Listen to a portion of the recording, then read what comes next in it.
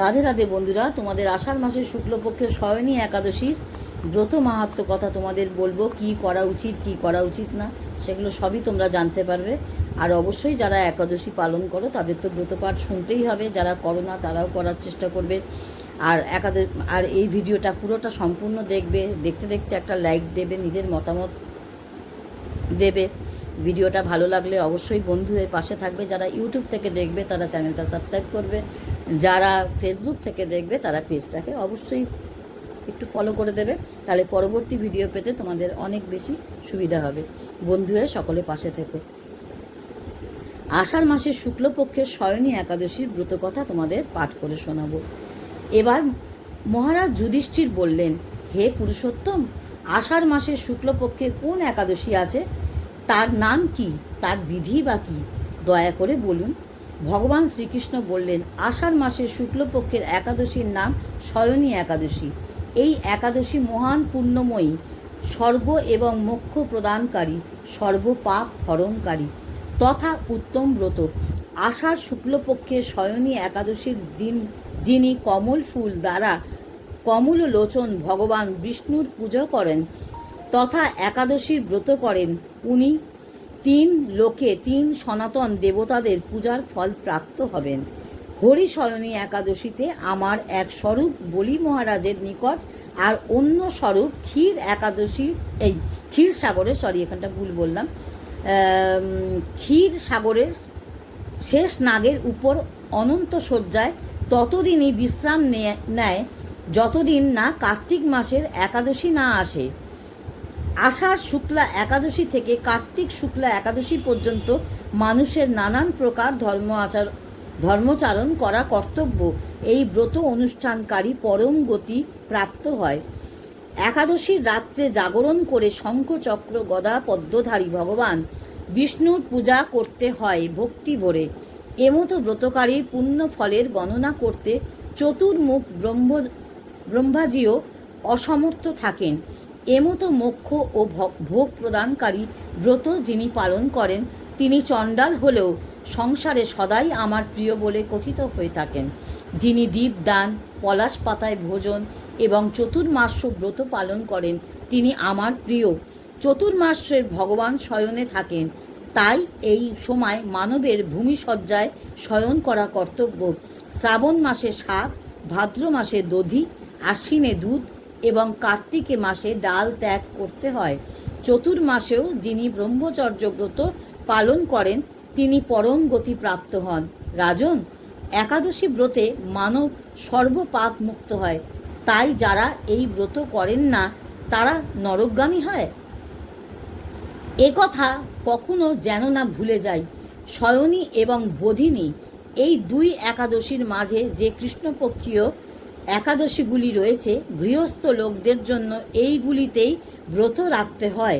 কৃষ্ণপক্ষের অন্যান্য একাদশী গৃহস্থদের জন্য না হলেও শুক্লপক্ষের সমস্ত একাদশীর ব্রত ধারণ করা কর্তব্য। এই একাদশীর মহিমা বর্ণনা করতে গিয়ে ঋষিকেশ মধুসূদন একটি কাহিনী শোনাতে লাগলেন। মহারাজ, পুরাকালে সূর্য বংশে মান্ধাত্তা নামে একজন সত্য প্রতিজ্ঞ এবং প্রতাপশালী রাজা ছিলেন।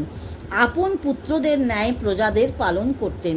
তার রাজ্যে কোনো প্রকার দুঃখ, রোগ, ব্যাধি, দুর্ভিক্ষ, অভাব বা কোনো প্রকার অন্যায় আচরণ ছিল না। কিন্তু সব দিন সমান যায় না। দৈব দুর্বিপাকে পরপর 3 বছর বৃষ্টি হলো না দেশে। চাষবাস বন্ধ, ফলে দুর্ভিক্ষ দেখা দিল রাজ্যে। অশেষ কষ্টে পতিত হয়ে প্রজারা রাজ সকাশে দরবার করতে এলো। মহারাজ, দয়া করে অবদান করুন। শাস্ত্রে জলের অপর নাম নাট, আর সেই জলেই ভগবানের অয়ন অর্থাৎ নিবাস, তাই তার অন্য এক নাম নারায়ণ। তার অনন্ত রূপ, তিনি মেঘ রূপে সর্বত্র বাড়ি বর্ষণ করেন। সেই বৃষ্টিতে অন্নের চাষও আর সমস্ত প্রজাগণ ওই অন্নে প্রতিপালিত হন। বর্তমানে দেশে বৃষ্টির অভাবে প্রজাগণ দিন দিন ক্ষয়প্রাপ্ত হচ্ছে।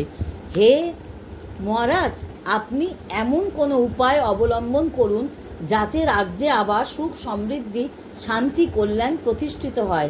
মান্ধাত্তা রাজামশাই বললেন, আপনাদের বচন সত্যময়। অন্নে প্রজা পালিত হয়, অন্যের অভাবে প্রজা বিনিষ্ট হয়। শাস্ত্রে আছে, রাজার দোষে রাজ্য নষ্ট। আমার কোনো দোষও খুঁজে পাচ্ছি না, তবুও আমাদের কল্যাণের জন্য আমি সর্বত প্রকারে চেষ্টা করব। রাজামশাই সৈন্যদল সহযোগে বনে বনে সাধু মাহান্তদের আশ্রমে আশ্রমে ভ্রমণ করিলেন। একদিন প্রজাপতি ব্রহ্মার পুত্র মহাতেজা অঙ্গিরা ঋষির সাক্ষাৎ লাভ করলেন। সম্মানপূর্বক প্রণিপাত করে মুনিবরে আশীর্বাদ শিরা ধারণ করলেন।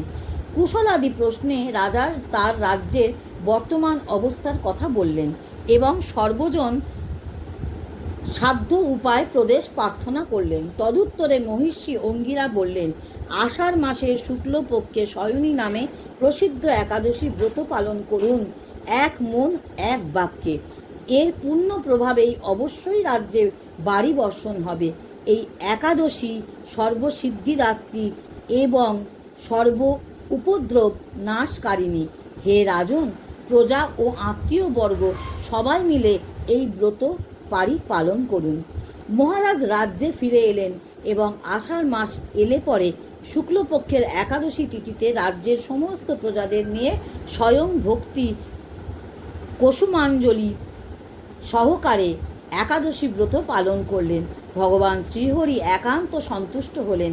রাজ্যে প্রবল বাড়ি বর্ষণ হলো। সময় দেশে অন্নাভাব দূর হলো। ভগবান ঋষিকেশের কৃপায় প্রজাগণ আবার সুখের শান্তিতে কালাতীত পাত করতে লাগলেন। এই জন্য সুখ শান্তি মুক্তি প্রদানকারী এই উত্তম ব্রত করা প্রত্যেকেরই দরকার। ভবিষ্যত্তর পুরাণে যুধিষ্ঠির শ্রীকৃষ্ণ তথা নারদ ব্রহ্মা সংবাদে এই শয়ন একাদশীর মাহাত্ম্য বর্ণিত হয়েছে। হরিওম হরিওম হরিওম। তোমরা সকলে একাদশীর উপবাস পালন করার চেষ্টা করো।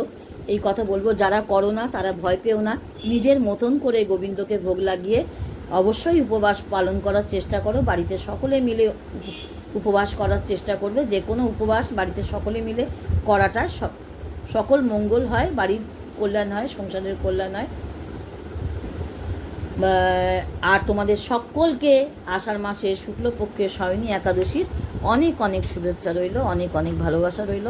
সকলে ভালো থাকো, সুস্থ থাকো, অবশ্যই একাদশী ব্রত পালন করতে থাকো। সকলকে রাধে রাধে, জয় গৌর জয়ন্তাই।